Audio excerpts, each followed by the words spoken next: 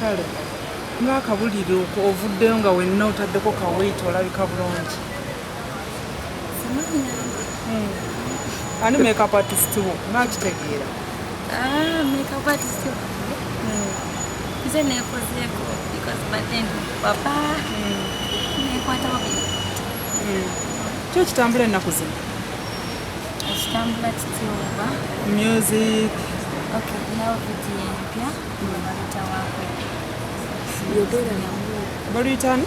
Wankwekula. Wankwekula. Ani yaluwandiika? Bamuyita Oman Rafik.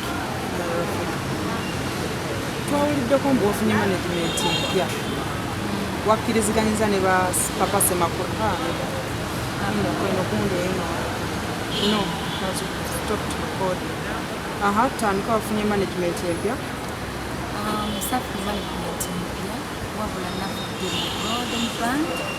netandika solo career nakubeera solo nti naye management yange ya Kate Events ya mwami Kate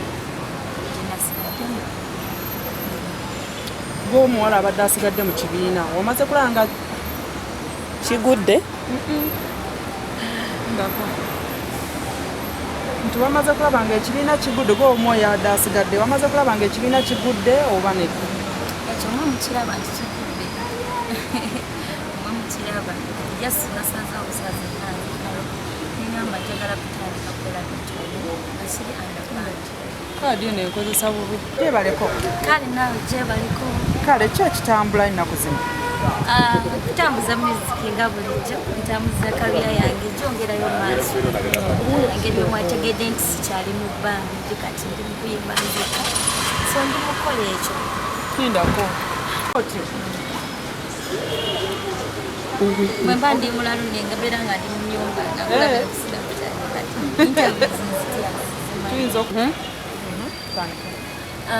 kyonyinza osembayo nga ŋŋamba nja kwebaza bakama bange bazadde bange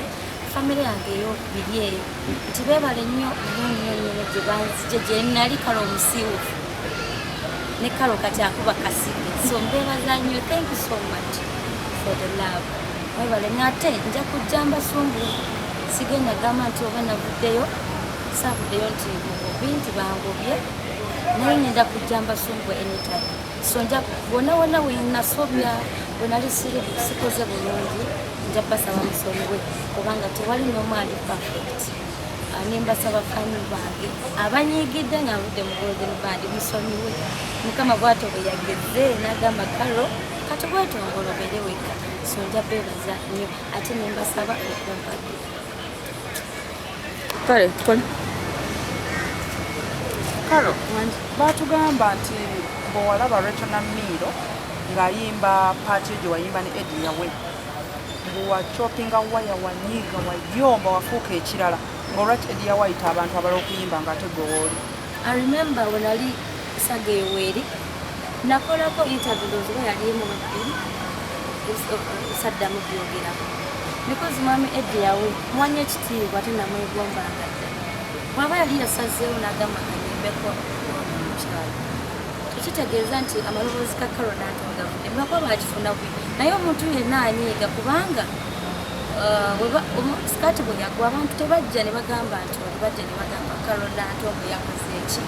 nga nange gyendi sikola ki simanyi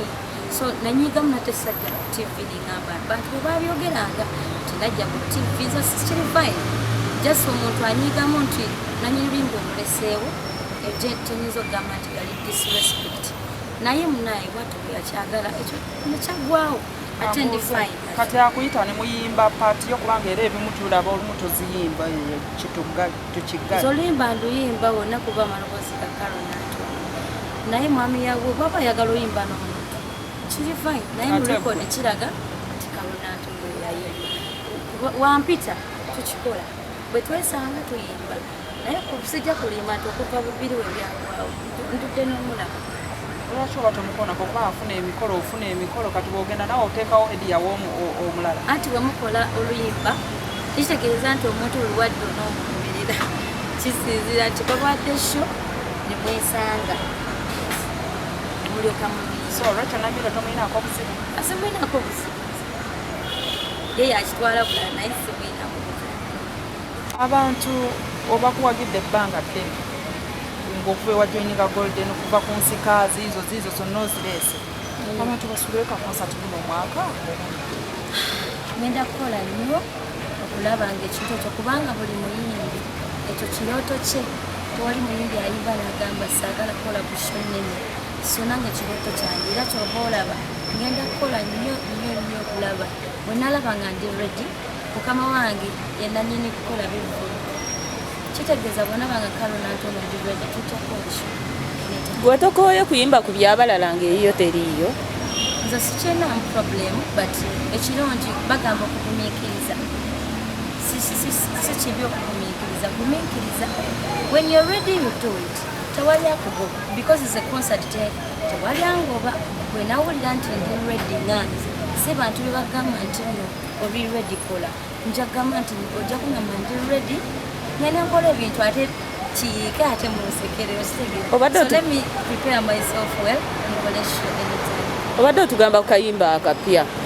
n'akayimba kakapya bakayita Wankweku ekali ku tivi era nja kusaba bafaanyi bange bakasabe ate kalonato ngo tumwongereyo ani oyo yakwekwe abalabe ba ABS mbagala nnyo mwebale nnyo kumpushinga mwebale nnyo kunjagalanga kalonantongo ate nembasaba nga bwendi solo artist ate kati mbeetaaga nnyo n'okusinga so nja kwegayirira mikwano wonna we nasobyawo abanyize nga vudde mu golden band bambi tukireke mukama bwatu bwe yakoze ki bwe yageze n'agamba this is the time so nja kubasaba mpagire nnyo n'okusinga nange njagala okukola ku show ennene nombayite mbagabe banetudde kalonantonge mu show yesu mbagala nnyo mwebale nnyo kumpagira mwebale nnyo kunjagala